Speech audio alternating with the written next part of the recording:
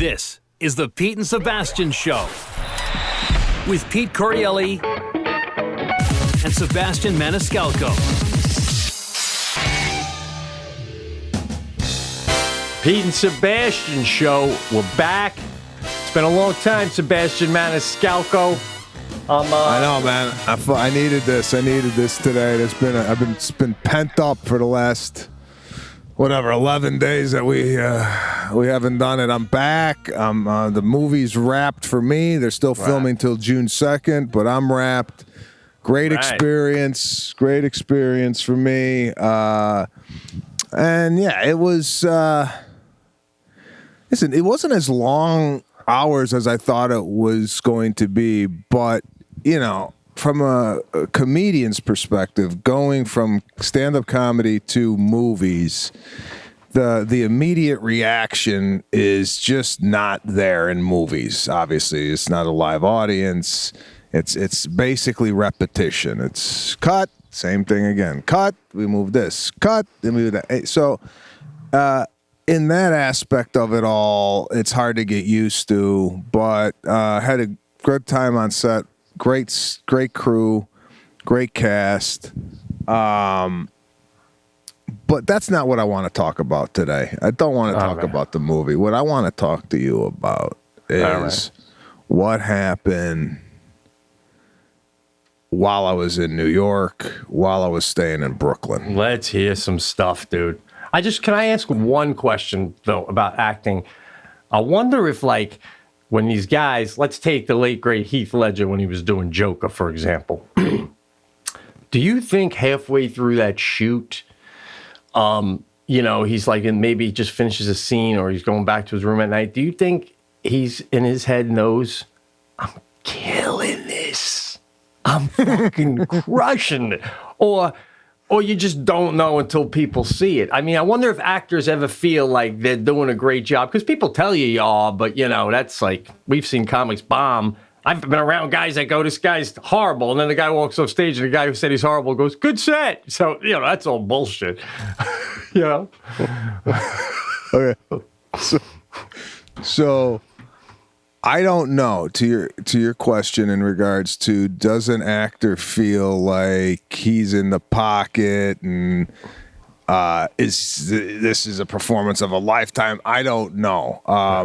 To add to that question, and you bring up a great character in a movie being the Joker. I know from my own experience, when they said cut, I would talk to John Memphilati. Do you know him? He's a comedian. Know of him. Oh, yeah, I did meet him. Sweet guy, yeah. Nice guy. We really became fast friends there, and we were goofing around, in between while they were setting up the lights or whatever. And we were sitting at a banquet table, so we would talk about comedy and what have you. And then, okay, all right, action, and then we go into the thing. My question to you: do you think when they yell "cut," I'm Batman, right? And the Joker, Heath Ledger, is in his makeup, and they said cut, do you think he turns to who played Batman at the time? What was the guy's name? Heath Ledger. No. Who played Batman? What's the actor's Christian name? Bale. Yeah. Right? Do you think he goes to Christian Bale in full makeup, right? And you think he goes, so what are you doing this weekend? And you're like, No, not with Christian Bale, because he's so lunatic actor too. He's like, I'm Batman. I don't do anything this weekend. I'm saving lives. Yeah. They're both so zoned in. I think, to steal your phrase, after every scene, they're both taking a knee because they're exhausted from delving into this shit. Me? Yeah, you could offer me a cert as soon as they say cut, and I'd go, thanks. You think those guys are in character the whole time? Whole time. I think the only one that maybe they come out of it a little bit with is their handler, their assistant, where they're just kind of for a second, not the Joker, I'll have the chicken palm tonight. And then he's right back into being the Joker. They're exhausted. Bro, it killed them. I don't even know how the other one, Joaquin Phoenix, is still walking. He was even more incredible in his version. I know. So I don't know, man. But let's get down into it. I became a coffee drinker while staying in Brooklyn. Beautiful. Welcome aboard. I hope you're not cuffing your pants too, guy. Well, we pumped the brakes right after call. You don't have your little poetry book in your back fucking pocket, too? Oh shit! So I took a walk. There's this Colombian coffee place that I like to go to, and I walked in, and I want to get your take on this. And maybe I'm just out of touch. Maybe I'm just living in a different decade. Yeah. But the guy behind the counter had a Middrift on. What's that? A half top. That just covers the breast, you mean? Yeah, like belly hanging out. I don't think I've seen one of those since Scott Baio in Happy Days. Okay. I used to wear Middrift in the 80s. listen. Hear me out. 16, 17 years old. I remember it like it was yesterday. I used to wear, it was a muscle shirt. We called it a muscle shirt. No sleeves, half top, and on it, it said made in Italy. Wow. Can't imagine how much your father must have just shook his head and left the room when you were growing up. It's just, oh, shit.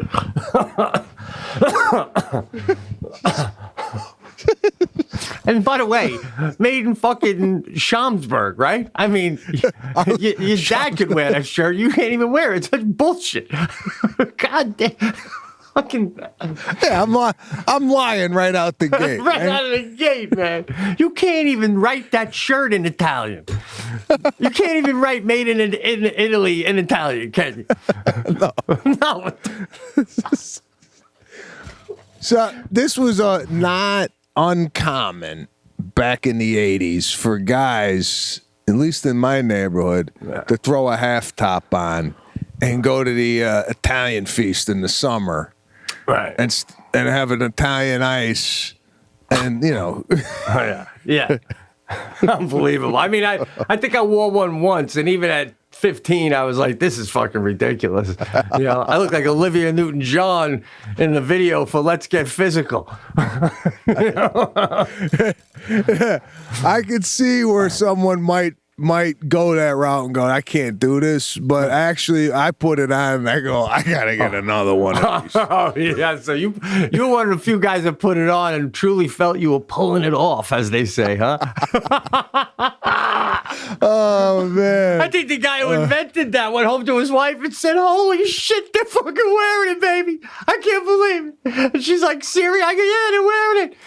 I mean, by me, it was mostly worn for two things: to mow your lawn and to wash the car with the doors open and the car stereo playing in the driveway. I listen, I'm totally with you there.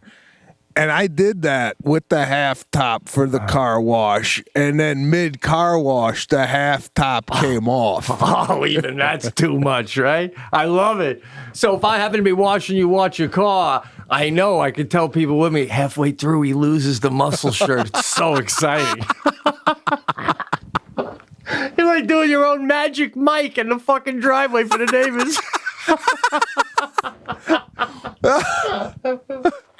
No, there was a girl that lived 2 blocks down. Her name was Lori. She was the hottest girl in the neighborhood, right? Yeah. So on Saturday, I don't know, every Saturday I washed the car, but every Saturday around 10 o'clock, she would drive by, right? Yeah. So I would almost time the shirt takeoff when she would come driving by. So at 9:58, the shirt would come off. And in my head, she was going, oh, my God. I thought she was driving down my street to see me with my shirt off. It just happened to be the way she was going. Right? I don't know, man. Maybe once it just happened, you had your shirt off when she came by, and ever since, in her head, if I get there around 10, the shirt comes off. Yeah. What are we playing on the radio? You're not cranking Michael Jackson washing the car with no shirt on, are we? This has got to be techno music. Yeah, this was back in the 80s. This was a station that's still around in Chicago. It was called B96. And they did like a hot mix. And I would record it on a cassette. And it would be all dance music from Stevie B to TKA to all that stuff. And that was just not even coming out of my car because I didn't want to kill the battery on the car. Yeah. It was coming out of a boombox that I had set up. Oh, wow. Off to the side. Remember the boombox? I don't know if you had this model. I had a beautiful one. Okay, did it have detachable speakers that just slid off and then you could move the speaker? Did you have that one? I had a version of that one when I was younger, but that's a good memory you have when you pull it off and you bang them out to the side. But mine had even better, big purple button in the middle that was a sensor, and it was an alarm. So I could set my radio so that anytime you walked within 10 feet of it, the whole thing went off. Oh, wow. That's Man, nice. I put it in my bedroom and it would go off, because my mom would go in there and I'd be like, what are you doing in my room? You know, I'm like setting the alarm. I felt like I had security in my room. Thing took like 22 double D's. Fucking ridiculous. All the money I earned went to batteries, bro. Then I got these yellow rechargeable batteries. You ever get those? I plug them in the outlets around the house. I get a good half hour out of the boombox. God damn, those things were so popular, bro. Oh, man. You'd take a boombox somewhere. Man. God, yeah, those were the days. So, All right. So I walk in, guy's got a half top. All right. It just didn't look right because regardless of his, if he was straight, gay, whatever he was, I wasn't even thinking of that. I'm thinking this is a health violation, right? And let me tell you why. All right. It just, first of all, didn't look right. The guy had a mask on and his belly button hang out. Now, if you got a hairy belly button, right?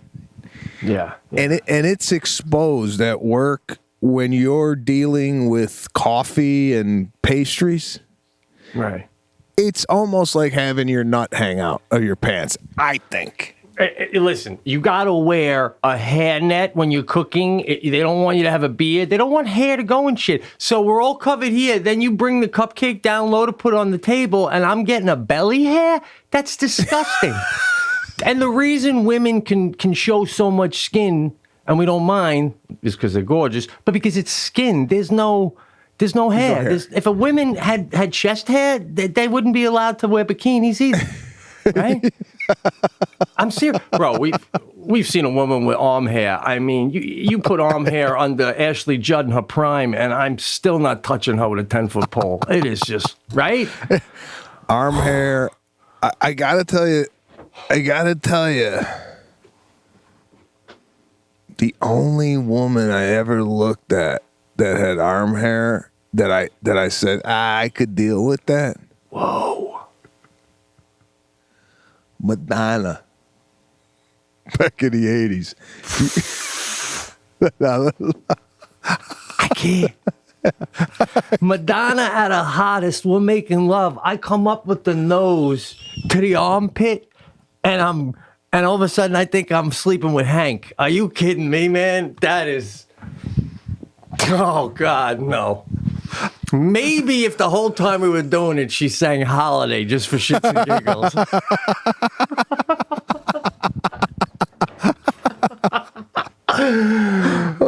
You could, bro, that's a monumental statement. You could sleep with Madonna in the 80s with arm hair. Wow.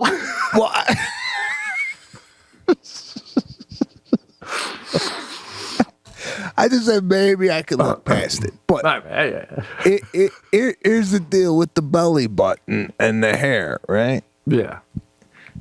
I believe if your belly button is a belly button that you could put your finger in, like An innie, right? A regular one. well, where you got you're carrying some fat around the belly button, and your belly button is essentially a hole. It's a hole. Right. Okay. Right. Now, if you got that type of belly button, I think I don't know what's in there. Right? I don't know what's living in the belly button. For all I know, it's carrying COVID. Right? It probably is. I'm telling you, man. That's a good spot for COVID to live. Perfect temperature. You're absolutely right, man. Well, he does one finger itch on that belly button that we all do. You ever dig in your own belly button and it's moist in there and you're like, oh, God, I don't even know what the fuck is going on down there.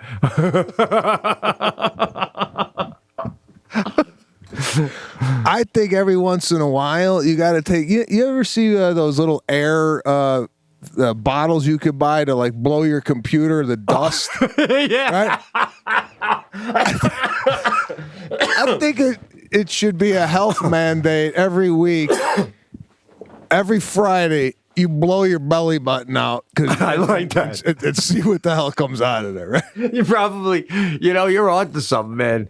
Because if I collected all the lint through the years, I could make a sweater at this point with everything in there. It's disgusting. I mean, sometimes it's blue. I don't even remember wearing a blue fucking shirt.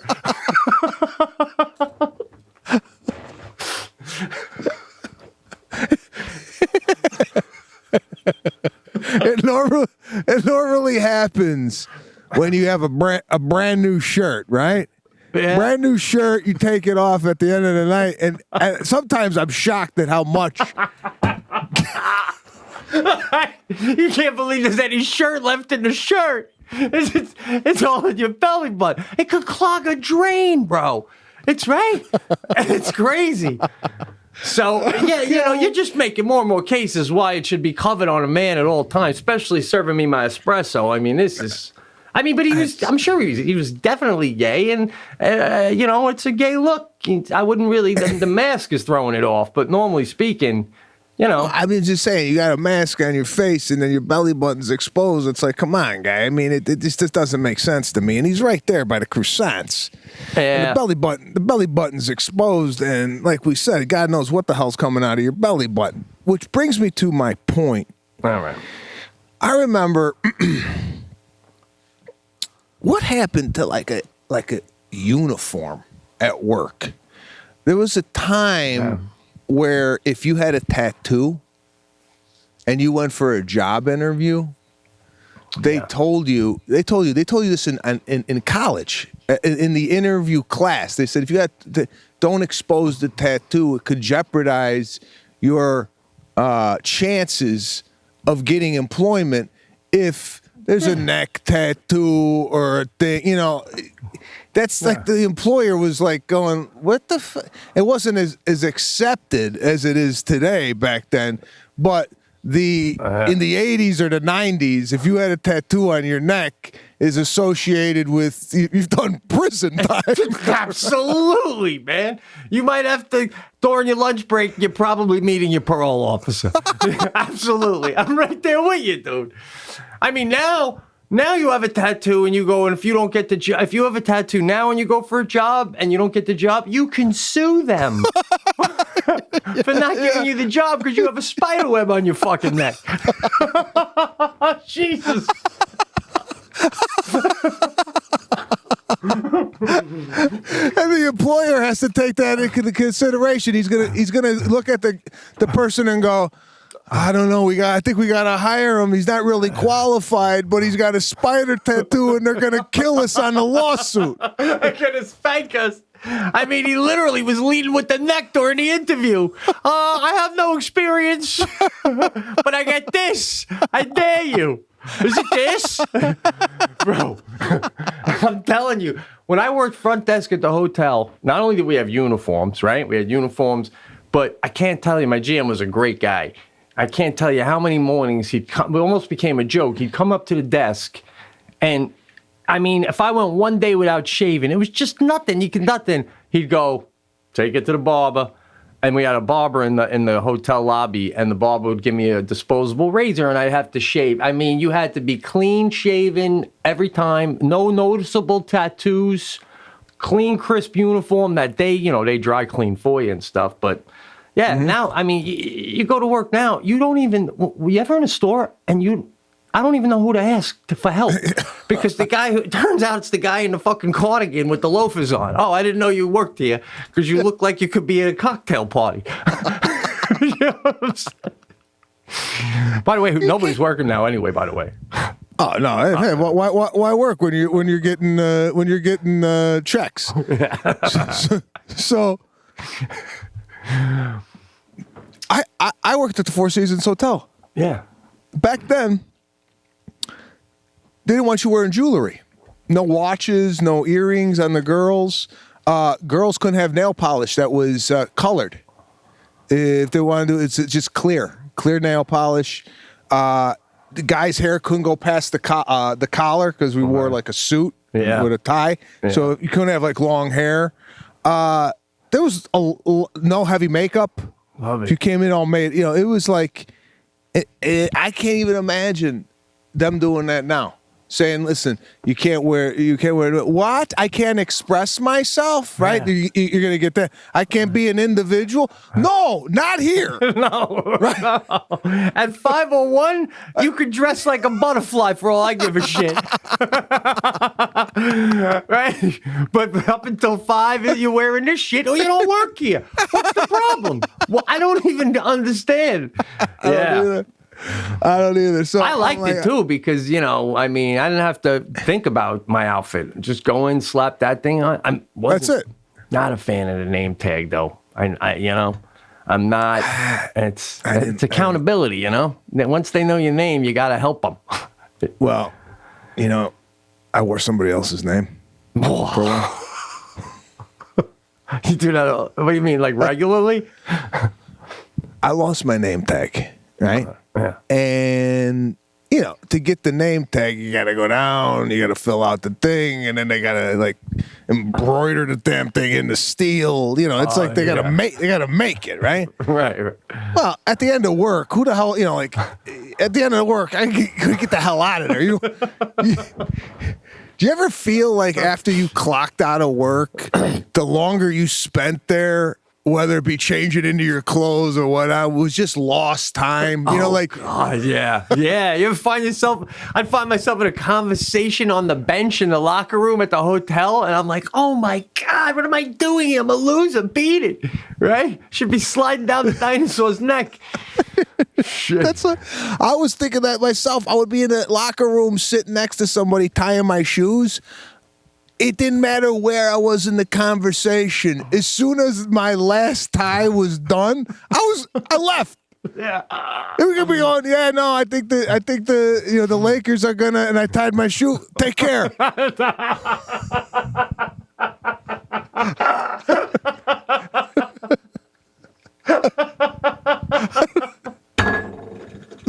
Oh, isn't it crazy when you have one of those jobs that means nothing to you, but it means a lot to the person that, like, when I worked at the front desk, bro, I worked with a dude. For all I know, he's a GM now. He's the sweetest guy. But my sister got me the job at the hotel. And I go, how'd you get this job? And he goes, well, he went to school for hospitality. And he goes, I'd go on vacations when I was a kid with my parents, and we'd be so excited. And I just always remember checking in at the front desk, and the person was so nice and made it so exciting. And I just thought to myself, ever since I was a little kid, I want to do that someday.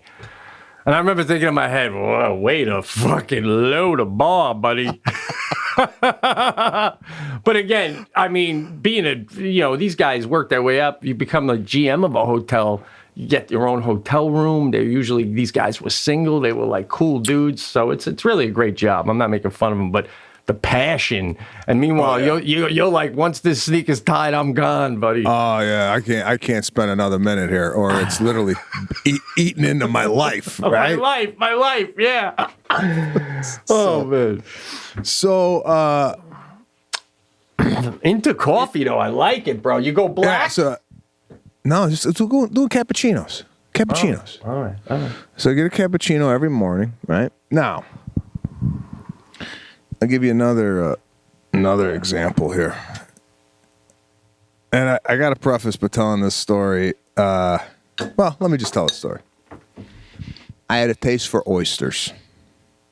And I noticed while I was walking around during the day, I saw a restaurant, and I walked past outside dining. I saw oysters. I was like, oh, okay, I'm going to come back here tonight and get some oysters. And this was a Sunday night. Mm-hmm. I figure Sunday night, 7 o'clock, reservation. Who's going to be there, right? People working tomorrow. Packed. Wow. Right? Yeah. Granted, people haven't been out in 14 months. I get it. The seating capacity is less, so you're going to get the restaurant is going to be, they're going to be limited seating. Right. So I'm walking towards the restaurant. I see 3 guys outside. And one guy notices me, and he's like, hey, and I wave, and he taps to the seat. It's 3 of them. He's like, I got an empty seat. I never do this. But I'm like, to myself, I go, I'll sit with these guys. Wow, man. So awesome. They must have been psyched. I sit down. What's going on? Nothing, man. I go, what do you guys work, living around? No, we flip houses. We live in Long Island, but we're here. Persian guys. Pizzas on the table. Have a slice of pizza. This, what are you doing there? Man, shooting a movie with Ray Romano. Start talking about comedy. And like, is all the stuff you talk about on stage true about your father? I said, some, I embellished. 15 minutes I talked to these guys. Hey, you want a drink? I go, no. They were offering me stuff, but I didn't want anything because you ever in a situation where you feel like if, let's say, you sat down at a table and you knew the guys, but you didn't really know them, and you want a drink, and I feel like if you get a drink or you have a piece of pizza, your stay is extended beyond maybe what you want to stay in the first place. Do you calculate any of this? Absolutely. I'll be honest. Sometimes I don't let someone, if they want to buy me a drink, I don't let them buy it for me. I go, nah, it's all right. The club gives it me free.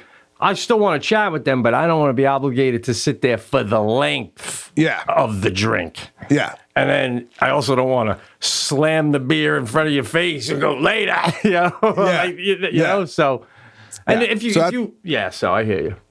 Yeah, so I didn't want to accept any of the offerings because I didn't want to fill up on pizza or whatever they were offering me because I wanted the oysters, and I didn't want to stay long. So I stayed 15 minutes, but now I can't eat at that restaurant because literally it'd be like me getting up and then they're gonna sit me right next to the guys. You know what I'm saying? Like, yeah. Well, I thought you were sitting with them because you couldn't get a table fast enough, so you were like, let me just sit with them. No, I just sat there. Oh, and now I'm like it just happened. Like I didn't even think. All right. But as I'm sitting there, I go, I can't eat here because if I get up and they sit me 2 seats away, they're still going to be talking to me. It's not like I'm going to go in my own bubble and they're going to be engaging. Yeah. It's not like. I said, forget it. I'm out. So I want to go to this restaurant that I've been wanting to go the whole time I was there, but it's always crowded. But I'm like, let me go and see if I'm a one top. Right. Now I know from the restaurant. You're a famous one top. That helps too. By the way, and I know you'd never admit this, but especially if I was at your level, if I did sit down with those nice Persian guys, if they weren't going crazy, can't believe I'm sitting with them, I'd be like, you're not even blown away that I'm sitting here. I'm out of here. Well, one guy had to ask me if I was Sebastian Maniscalco because his buddy had invited me, and I sat down, and the guy was looking at me, and he's like, "Are you Sebastian Maniscalco?" I go, "Yeah." He goes, "What are you doing? What are you doing?" Like he didn't really see his buddy invite me. I go, "Nah, his buddy invited me to sit down." He goes, "And I can't believe you sat down." That's what I'm talking about. I said me neither. Oh, that's great. And then on the way out, they're like, "Hey, man, like we should something to the effect of like, how are we gonna get in touch with you?" And I go, "You're not." Yeah. You got a story. You got a great story, but you don't have a new friend. Okay, now, and I tell you this because this is just being transparent and honest, and I have to tell you for the story. I have to tell you my inner dialogue of what I'm thinking. Yeah. And by no way, shape, or form would this be. I'm just going to tell you the story. All right. I'm thinking, now, we're in Williamsburg, Hipsterville, and I've been there for, 3 weeks. Now, there's a difference, me walking in Williamsburg and me walking in the city, Manhattan, right? In the city of Manhattan, that's my crowd, cops and Italians or whatever, people from out of town. I get a little bit more noticed in the city. In Williamsburg, that's not my audience. The Birkenstocks, the Bernie Sanders crowd. That's not my crowd, right? So, but in my head, going to this Italian restaurant, I go, maybe, just maybe, the host or hostess might be a fan. That's what I was thinking. Yeah. That was my only shot. All right. But then I got a mask on. So I'm thinking, oh fuck, like they got to get it out of. They got to get it. I got to get recognized from the eyes up, right? That's a whole new level of fame. Who's got that? Like, maybe Biden is the only one I recognize from the fucking forehead. So I walk in, packed. I walk in. The host came out to go seat somebody, and I passed her as I walked in. So when she came back in, she goes, "Sebastian Maniscalco?" Boom! I'm like, I'm in. Oh, yeah. With the mask. Notice with the mask on. With the mask, the whole thing. Oh, my God, I was such a huge fan. My parents are huge fans. I can't believe it.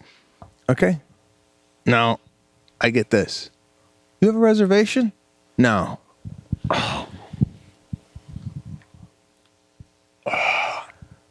I've been on the other side of this coin. Okay? Uh-huh. One night at the Four Seasons, I might have told you this story, but this story is definitely related to what I just went through. A guy walked into the Four Seasons, and I knew who he was. It was, what's his name? You remember the four guys, the hillbillies that did the tour, comedians? Oh, you mean the... Foxworthy, White. Yeah. What were they called? Ron White, the Outlaws of Comedy was? No, Not they the weren't Outlaws. What's it? Not the Rednecks of Comedy. Yeah, like a redneck thing. The what is it? With the It was the big God. popular one. yeah. The all right, well, it don't matter. They did this was their manager. Okay? This was the manager who I kind of knew because I was in the business and I kind of know, oh, he was the hot comedic manager at the time. And he came in with Dom Irrera, okay? Mm-hmm. And 3 or 4 other people. And he comes to me, gives me $100 and goes, that table outside, I want to sit at that table because I got a couple other people joining me. Now, the table was occupied by 2 people, but the table could fit 6 to 8. You know, it was one of those tables where they wanted some room or whatever. They didn't want it too topped, so they sat at a larger table and they were having dinner. Okay? He gives me the $100 and then he goes and give me 2 bottles of Dom. So right there I go, $100. He ordered 2 bottles of Dom. I knew how much they were. They were $295 a bottle. The bill's up to $600 already. The guy haven't even sat down yet, right? So I'm just doing math in my head. I got 100 and I got 600. If he tips me 20%, I got 120. I got 220 off the bat, and this guy's. I just gotta get these slugs out of this fucking table. Yeah. I go to the table. They're eating dinner. Right? They're in the middle of it. I go, excuse me, sorry to interrupt you, but I have a large party that wants to sit at this table, and there's no other seats out here that would accommodate the party, and they would like to sit outside. I go, let me buy you a couple drinks. And I had a $50 bill. I give you $50 if you move to this table right over here. Oh, absolutely, no problem. They got up. They moved. They sat down. I brought the big party in. They ordered my tip, I think, was $1,000 that night. Right? Holy shit. Cost me $50 to make $950. Now, because I was acting really quick and on my feet. They could have got another table, but it might have not been in my section. Right. I wanted to keep this table for myself because I knew they were going to spend. Okay. That's what I call hustle. Yeah. Right? Yeah, man. And just making it work. Right. You know? Yeah. Okay. Now, let me take you to my experience. Do you have a reservation? And she's got the iPad, right? She's looking. I go, no, I was just in the area. I'm going to be in and out. I'm just me, you know? Oh, I get to, hold on, right? So she looking at the thing, you know? By the way, I think hosts and hostess, they look at this computer, and you could relate to this being on the front desk, right? Because the front desk, I constantly wonder what the hell they're looking at. Right. Like, like if you got 200 rooms, right, and somebody comes in, is there a screen that you look and go, we got no more rooms? Is there just, or do you have to go through a series of screens to go, oh no, we don't have anything? No. Can you let us in? Everybody in the world is wondering what the front desk are looking. What the fuck are you looking at? Well, I could go to check you in, and I know we have rooms left. And then your reservation, I'm not showing any rooms available for you, right? But then I'll go and I'll look at the rooms that are on hold. And maybe I'll find the real nice one that would be perfect for you. And then I'll go look up why it's on hold. And I work with a Betty, for example. This room is being held for Betty for a guest. So then I'll go, one moment, sir, and I'll go in the back. And if Betty's not working yet, I'll call her at home and go, you're holding this room for Mr. Johnson. I go, that guy, he doesn't need that room. I got a guy out here who wants that room. I need that room right now. Okay, you can take that room. Then I'll come back out and I'd release that room. Or she'd say, no, you got a hunch already? Maybe Mr. Johnson gives her a hunch every time he comes. And my guy's not giving me a hunch for a nice room. I'll go, no problem. Keep that for Mr. Johnson. I'll go back. I got to move you to a smaller room. Yeah. Okay. Yeah. Okay. So she's looking at the iPad, and in my head, can you hear me? Yeah. In my head, I'm thinking, you're a fan. Your parents are fans. That's huge. Doesn't that mean anything? Like, can't we rework the grid here? Yeah. Can't you sit me and then just figure it out later? Like, what you're going to do when... ruin the night of a non-famous person. That's what I'm saying. And this is what I'm talking about, the hustle. Yeah. Now, you got a guy in there who... Don't you think I'm going to... If you give me a table and I don't got a reservation, you're getting 50. Whatever, you're getting money from me. Just for seating me, right? Yeah, just for getting me the table. Not. By the way, not to mention there's extra tables because of the pandemic situation. So you can't skirt the COVID rule for 45 minutes. What do you think? Cuomo's gonna fucking walk in? Make yourself some money, right? Shit. That's what I'm thinking. Yeah. You've been closed for 14 months. Sit me in the kitchen. You know, like bring a table in the alley into the thing and go, yeah, just do it Goodfellas style. There you go. Boom. Sit, you know. Yeah, listen, you're not going to say this. I'm going to say it. You sold the garden out 4 times. If I was working at that restaurant and Billy Joel walked in, I would kick everybody the fuck out. Except Billy Joel. I would serve him oysters and then I'd get fired. Well, not oysters, you're an Italian joy. But it would be a great night. And by the way, you can see help wanted signs out the window from the restaurant you're working at. You know what I mean? Everyone's hiring. You could shit on the table and go across the street and tell them you just shit on the table and they'll still hire you. With a half top. With a half top, yeah.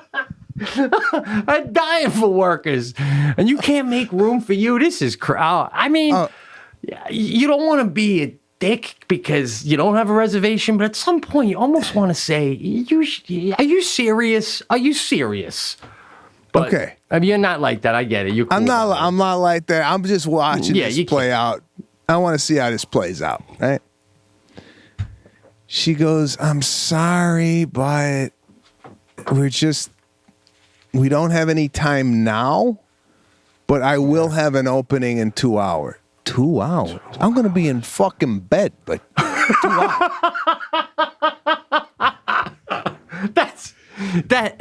Unless it was within a half hour, don't even mention it. That's like, yeah. What 2 hours? Like what am I going to do for 2 hours? Where am I going to go? I'm starving. I want to eat now. So I go, okay, now this is with the mask, the whole thing. I go, yeah. And I didn't say it, but you could tell in half of my face was like, and she goes, wait, hold on.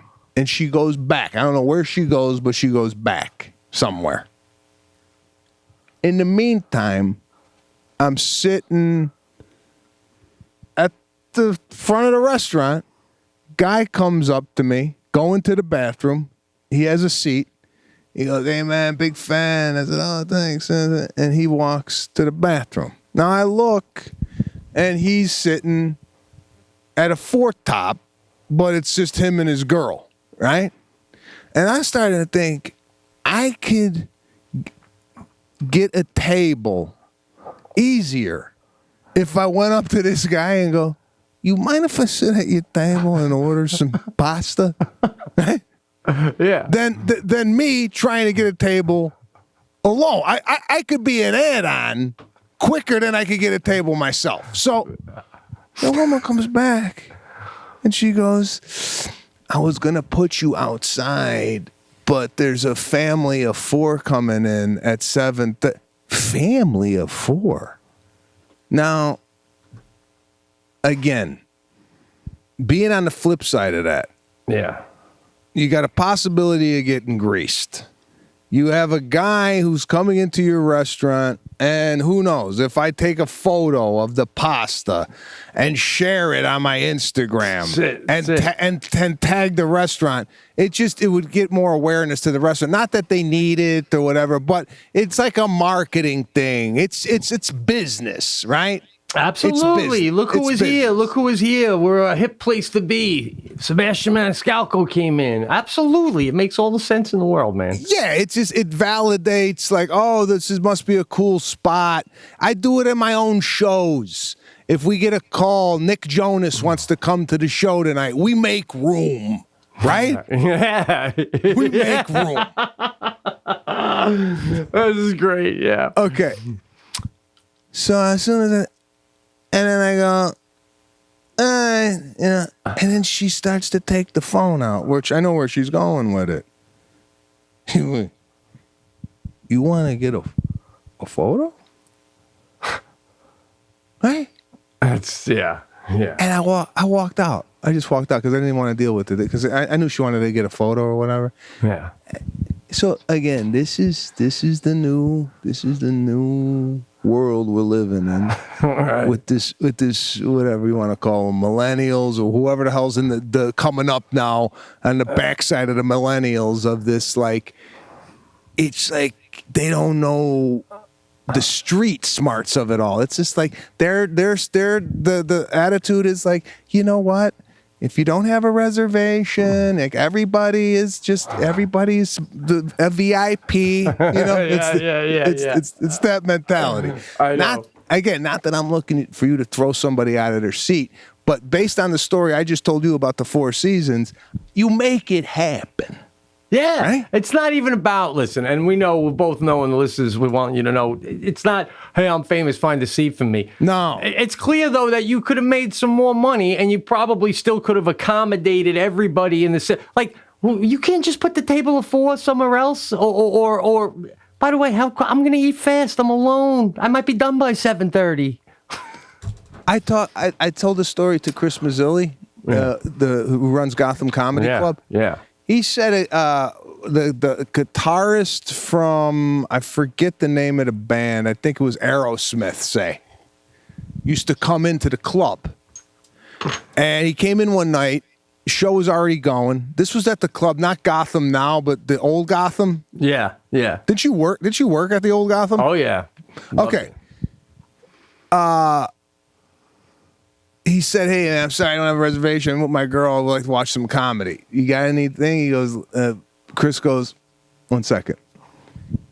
He goes, 1 second, I'll take care of you. Comes back, and Chris went downstairs, got a table, brought it up, and literally sandwiched it in between two of the tables were touching. But he made a table for this guy. Boom. That's Goodfellas, baby. Goodfellas. Yeah. They know that shit don't happen anymore. You know, it's just not happening anymore. So now, shame. I've been to my second restaurant. Now I'm like, all right, I'm gonna go to a third restaurant. This is a restaurant that I was at earlier in the week with Eric Griffin. I'm gonna go to see if they got anything. Yeah. So I go in. I know this girl don't know me. I know. Just on the sight alone, I go, this. I'm a one. Do you got anything? I'll be in and out. That's what I thought. I'll be in and out. Without even looking at the damn thing, we're fully committed. You ever get this shit? This fully committed now? I'm not into this verbiage. Oh, instead of saying no seats sold out. Or just we're booked, or, now it's fully committed. It sounds like I'm in a mental house, right? Like, we're fully committed. I'm sorry. It's right. Or if you're already committed, I don't want to make you overcommit. I'll get out of here. Oh man, bro, I'm telling you, we'll be dying just in time. You realize that, right? Yeah. Oh God, women aren't called mothers anymore. They're called birthing women. Birthers or some shit. I don't even know. Oh God, It's unbelievable. So they're fully committed. I go back to my hotel. I've been on foot for an hour and a half, all over Williamsburg trying to get a seat. Right at this point, you probably could go back for the 2-hour wait one. Right? So I go back to the hotel, and I ended up having oysters there, they were delicious. I ended up going back. Let me ask you this, and I don't know if you know anything about oysters. I went back to this hotel restaurant every day, 4 out of 5 days, and I ordered a dozen oysters each time I went in. So I had 48 oysters over a 5-day span. Is that normal? Shit, dude. I don't even know if I had 48 oysters in my lifetime. That's like what you would do if you're trying to get gout, right? If you're having a bet, who could get gout first? One guy goes, I had 48 oysters all week. Wow, hey, he's going to win. Yeah, I mean, I feel like if I went I was rushed to the hospital, right? Yeah. And they took me into the emergency room and they go, "Have you done anything out of the ordinary recently?" And I say, "Well, I did have 48 oysters over the last 5 days." They'd be like, "What the fuck? Get this guy into surgery." 100% they would. But what's so sad is you wouldn't even bring it up because you don't even think that's fucking bizarre. I mean, even the waiters are like, he ain't gonna do it again, is he? And, oh my god, another 12, not even 6. Wow. Oh god! And then I ordered the same thing. It was like a oysters and like this crab dish, this like little crab cake dish. I ordered the same thing every night. I went in there. Boom, came in. What are you having? Dozen oysters and the crab thing. Brought it out. Then I ordered it for room service. I called down the restaurant, and they must have hung up the phone. And go, he's getting it now in the room. even he's too embarrassed to order it in public again. He's getting them up in the room now. He wants another 12. I think the guy who sells him the oysters was going, You burned through all 48 already? Absolutely. We're gonna need you to go back to the canal a couple of days earlier than expected. We got this guinea up in 316. He's sucking them down, man.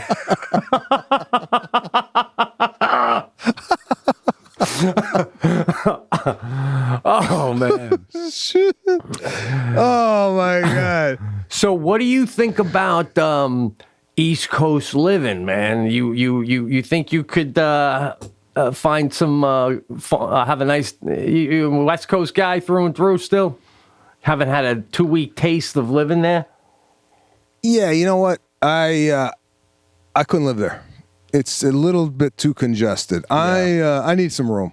Yeah. I need a lawn. I need a yard. I just need some room to operate. It's cool. It's walking, and I was talking to one of the actresses on set, and she lived in L.A. and she's like, I just couldn't get used to Los Angeles. I feel like, I was very lonely there. I feel like, if you're lonely in L.A., you're lonely, and if you're lonely in New York, you don't feel it. Just because you're right next to people. You're walking. Yeah. No, that's very true. If you're single. New York is a ball. Not even if you're single, if you have no kids. Once you have kids, It's like you got to go to the playground and sit there with them. Like it's like walking a dog or something, man. It's like you're like, okay, let's wrap this up. We're gonna go back to the house, and you're gonna stare at the wall for the next 3 hours. It's a different way, yeah. Yeah, I like where I was at, Williamsburg, because you got the view of New York, which is nice. When you're in New York, you don't got a view. But if you're like across the river, whatever the hell it is, you got that beautiful shot in New York City, which is nice. But on a day-to-day, I couldn't live in a box in a high rise. I couldn't do it. I wish you could have seen my old apartment that I owned in the city, because it was a 2-bedroom and it had a spiral staircase that opened up to our own roof deck. We're on the 6th floor, which was awesome. All the skyscrapers around. But we were just talking about it the other day. We're like, what would Sadie be doing? She'd be sitting on the roof deck coloring, and there'd be like 200 pervs in all the sky rises looking at my daughter in a bathing suit, whacking it 30 floors up. I caught a guy whacking it watching Jackie once laying out in Central Park. He was in a bush. Oh, I was a little flattered. Of all the wives, you're jerking off to mine. Guy had good taste. Oh, shit. Oh, wow. What an adventure, bro. What else did I run into? We went to the Mazzillis, and I went to Milos. We went there together in Montreal, the Greek place. Remember? Yeah. Yeah, well, the New York location's outstanding. So we went there. Oh, here's one. Yeah. I played the Cellar for the first time. Did you like it? Let me give you the review. They got partitions because of COVID, right? Oh. Which is weird. Like you look at You know the restaurant. What's it called? The restaurant up there. The Olive Tree. Yeah, Yeah. that's a comedy club now. That they make comedy there. Oh wow, really? Yeah, so they're doing comedy up there, and they're doing comedy in the cellar, but they got partitions. And and then on the upstairs in the Olive Tree, they got a partition that encloses the comedian. So it's like performing in but that's what they got to do. Yeah, that's what they got to do because it's the distance, it's tight. Gotham don't have that, by the way. Gotham is wide open just because it's a larger room and they could space the people out, so they don't have partitions. But I did Comedy Cellar and I did Village Underground. You ever do the Underground? Oh, yeah, man. The Cellar, I played every night for, I don't know, 15, 20 years. And the Underground, I did that a bunch. Once I was working on the Kevin James show, I'd go into the city and play all her rooms. So great. You do like 3 spots in 25, 30 minutes, 45 minutes, you're done. Yeah, that's Esty. She, sweetheart. She took me around, showed me everything. I was there with Ray's wife, and a lot of the cast came to see us do comedy. I like the Underground more than I like the Cellar. Yeah, well, it's bigger and better. Yeah, it's more like an improv. Yeah, it is more like an improv. I just like the bigger stage. The Cellar stage is tight. And then they got that there's got like a piano on the stage. Yeah, right? I mean that's why when you go to Montreal and you see all the New York comics and none of us move, it's because we all got our chops at the Cellar. 1 foot up against the wall. Talk. They're leaning on the wall like they're in an alley talking to you. Yeah. Well, you got to see when Judy Gold goes up there, she's got to duck down because she's 6'2", and the pipe is so low. Chappelle used to do a thing where he put his one hand on the pipe and just kind of talk like this. And I'd be watching going, I would do that if he wasn't already doing it. That's so cool. Just dangling one arm on the pipe, Yeah. Tiny place, man. But upstairs in the Olive Tree, what that always used to be was they had a screen and they would just loop constantly Charlie Chaplin movies, which are silent anyway. And I got really into that.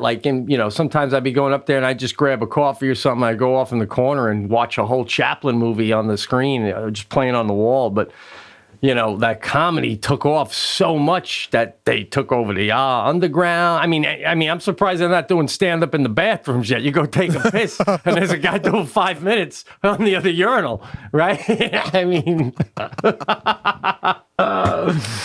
Este's the best. She's a legend. I love her. She's just the best, man. Yeah. And I know her and Ray are thick as thieves. They're very close. Yeah. Yeah, that's where Ray, I guess, came up and whatnot. So it was good. It was nice to get out and spread our wings a little bit doing some stand-up. But other than that, I got back here. Here's the thing, man. It's like I came back home and when you didn't have a family or kids or wife or what have you, or even when it was Lana and I, it's when you came off the road, you kind of just slid back in to normal life, right? You just all right, I'm home, let me unpack, let me take a shower, I'll put some sweats on. When you come home now and you got a family, it's like you're daddy as soon as you come through that door. Yeah. And I know. And it's game on. There's no relaxing. It's like no. Within a half an hour. Because for Mother's Day, we have these blow up slides, like a bouncy house and a slide. Now these are carnival grade. I saw them on the Instagram. Unbelievable. I saw the photo of the whole family on it. Yeah. Okay, well, we got another one, but this one's it's a water slide. It's bigger. Oh, my God. Awesome.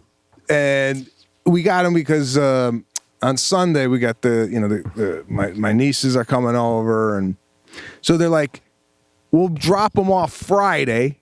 We're not going to charge you for Friday and Saturday, and we'll pick it up Monday. So we got them for 2 extra days. Yeah. So Serafina was like, and I'm going, within a half hour, I'm on the slide with Caruso, and we're sliding down. right? And he wants, as soon as we get to the bottom, again. Okay, go up again. So 20 times I did it, right? Then Serafina's like, put the water on it, Daddy. I said, all right. We all get our bathing suits on. No, it's not hot. It's like 71 degrees, right? Yeah. That's a little chilly. I got the water sprouting out of this thing, and Serafina's like, it's cold. And Cruz was like, it's cold. And it's like, these kids nowadays, like, because when we go in the pool, I crank the freaking thing up to 95 degrees, right? Yeah. Because I'm going in there, and I don't want to freeze, right? Right, yeah. But growing up, we had one of those like makeshift pools that we filled with the hose that literally became a mosquito larva hatching nest for mosquitoes overnight. Oh, yeah. And we went in there, and it was like 68 degrees, the water. Right? Freezing. And we have grass clippings in that shit. It's dirty. Yeah. Dirty. Go to the lake. The lake is... Everything was cold growing up. There was no heat. No, same with me. Exactly, man. I mean, every time I swam my entire life, as soon as I got out of the pool, I'm wrapping a blanket around me, fighting hypothermia. You know what I mean? No air drying. The fuck? You ever go to Florida on your first vacation ever, and you jump in the water, and you're like, what the fuck is this? It's the same as the air. It's the same, right? You know what I mean? It's crazy, man. You're like, so... And now I think these kids are so spoiled that they're literally swimming in bath water, and now all of a sudden they got a taste of like hose water, and they're like, we're not going in that, right? Now I'm used to it. I'm going down the slide, right? I come down this thing. I had to go. I was going about 38 miles an hour down this slide, and I bang into the wall. And it was so fun. It was. I bet, man. I just kept doing it by myself.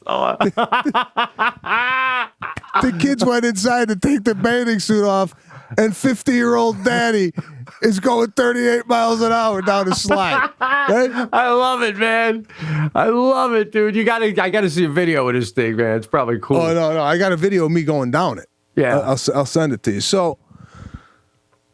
But I was saying, it's like literally half hour into being home, I'm in a bathing suit going down a slide 38 miles an hour, and I literally was just on an airplane. I know. So you almost like, even when I went in Arizona and I come home, it's like, especially because Sadie's at the age now with school and everything else, man, you come home and like there's just a lot of moving parts, and you double dutch your way in or get out of the way, get the F out of the way, because life is going on here, you know. And even though, and Jackie always be, you had shows, or you filmed a movie, but you also had a lot of downtime sucking down oysters and watching TV, all right? So, not to mention 6 hours on a plane in and of itself is less taxing than being with the kids, right? Yeah, I know, right? I know. It's like you're right. You really have to. Because they've been living life for 10 days, right, without daddy. So, like Lana's got it down, and I come in, I start giving my opinion. Like, I don't know, we should put a jacket. And she goes, I've been doing this for 10 days now, so they're gonna have a jacket on, you know? That's it. We don't need you. Nobody got frostbite when you weren't here, right? Beat it. Yeah, you come home off the road and you realize that if you were to pass away, your family will slide right back into a groove within a month. They'll miss you, but you know. Yeah, they might go, remember when Daddy asked us to put the jacket on? Oh, yeah, Daddy. Oh, my God. So, yeah, I've learned you better just shut your mouth as a husband. When you come in off the road, just shut your mouth and do what you're told. Don't try to manipulate the system that has been in place for 10 days. I came home. I came home the other morning. Sadie was getting ready upstairs, and I heard her and Jackie get into a fight. There's something about Sadie's hair. She's at the age now where she, it doesn't look right or whatever. And and they're yelling. Jackie's like, just do it, da-da. And I come up the stairs. I'm not even halfway up the stairs, and Jackie starts yelling, we don't need you. If you're coming up here to defuse the situation, we don't need you. Thank you very much. Thank you very much. And I got to turn and I go back down like an asshole. You don't see that one in the movies. Listen, I got to tell you one thing before we wrap about this story about, because you're talking about, going in a restaurant and these people seeing you. Obviously, nobody recognizes me usually. But when I was in Arizona, I didn't bring a little chicken. I wanted to have some weed with me, so I know it's legal there. So I'm like, I'll go to one of these places. So I got to do, long story short, I got to do Uber, and they're so busy, he can't come for an hour. So I got to wait an hour, and then he comes, takes me to the place. I go in, there's a long line. I got to wait on this long line. And I thought I'd be in and out so fast, and it was so hot, I didn't bring shorts. And once the guys told me there might be a line, I'm like, man, I'll be dying outside. It was like really hot in Arizona. So all I had were these black workout shorts. They almost look like a bathing suit. And I had black socks and sneakers, and my hair was a mess. I looked like the biggest loser, right, bro? But I'm like, I'm in, I'm out. And then I get there, and I'm on a line with all these people. And then I finally get in, and you get inside, you got to wait on another long line. And bro, they're not selling this stuff right. It's in glass cases like it's Apple computer equipment. Yeah. It should be at a farm stand on Sundays. You know what I'm saying? And yeah, like a farmer's market. Yeah, and then they call your name. They go, Pete C. And I'm like, yeah, that's me. And he goes, how you doing? And he goes, come with me. I'll show you some flowers. And then he's like, having a good day? And I'm like, yeah, you? He's like, so far, so good. I've been smoking weed for like 15 years. If I asked my drug dealer how his day was, he'd look at me going, are you asking me fun questions right now? You don't ask me questions, But this is the whole thing of it, right? So I buy it. It's like $70 with tax, $170, right? It's like insane. And he puts it in this glass thing that could be a vase. When I'm done with it, like it could be a vase. I'm like, well, and then he puts it in this big other black bag. So I have this big black bag. Then I call my Uber, and he can't come for 25 minutes. So I go back outside. I got my big black bag. It's so hot out, and I find there's a rock underneath the island of the parking lot, like under a tree. Just like not where anyone would walk unless you were gardening the parking lot, like the week. And I'm sitting in the rock. And it's so hot. And you ever look at your Uber driver and like you see like his car is just doing circles? When you see the mini car, and I'm like, what? Are you fucking doing donuts and CVS? Like, what are you doing, guy? So I'm looking at the thing, and all of a sudden I hear Pete Corielli, and I look up, and it's a guy and his girl in the car, and I'm like, hey. And he looks at me and he's like, big fan of you stand up in the cast, man. Me and my girl listen all the time. I was like, oh, thanks. And then he goes, you need a ride? And I go, no. And I go, right, bro? There's two different kinds of you need a ride, right? There's like, hey, you need a ride? Want a ride? And then there's, you need a ride? So, You okay? Yeah, totally. I thought he was going to offer me a bottle of water. And then he goes, I go, no, I got a ride coming. Meanwhile, I'm looking at the fucking thing spinning around in CVS. And then he drives off, bro. But my point is, 3 times a year I get noticed, maybe. And now, sitting on a rock like a aborigine under the fucking goddamn tree branch. Now you recognize me? God. He's going to go tell his buddies. He goes, yeah, I saw Pete Corielli. Yeah, where? He ain't doing too good. He did say, good luck at the show tonight. And I go, thanks. I bet he was going to go to the show, but after seeing me under the rock, he's like, it's too sad. I can't even.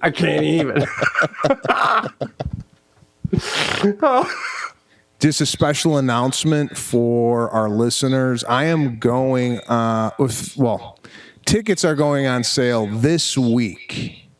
Announcement has already been made. Actually, it's going to be made Monday. I don't know when this is coming out.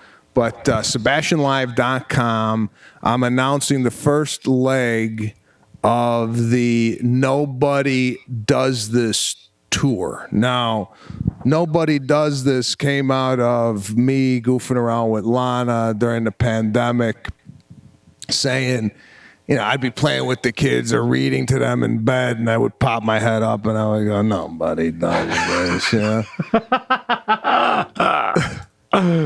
And if you guys have something that you think that you do, that you have like a special talent, and you want to share videos and tag it with the Nobody Does This tour, go right ahead. But that's kind of the idea of what happened and how we came up with the tour name. But tickets are going on sale. The pre-sale code is Nobody.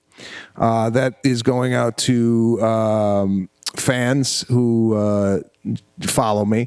And then after the pre-sale, the tickets will go on sale this week. So check SebastianLive.com. If you do not see your city there, pump the brakes. It will probably be in the second leg of the tour, which I'll announce later on this year. But we're just announcing the first leg of the tour, which is going to start in Las Vegas, I believe. Actually, I'm going to Nashville in the middle of June 12th.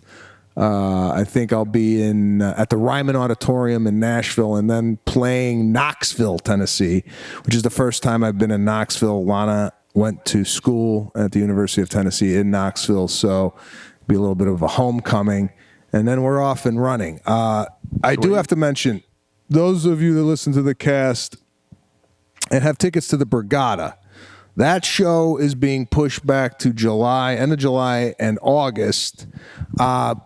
Now, I've had to postpone these shows because obviously we're in a pandemic and the state is not 100% open yet. So this is going out to everybody who has been going, oh, have you postponed it again? I ain't postponing it. Your state ain't open. All right?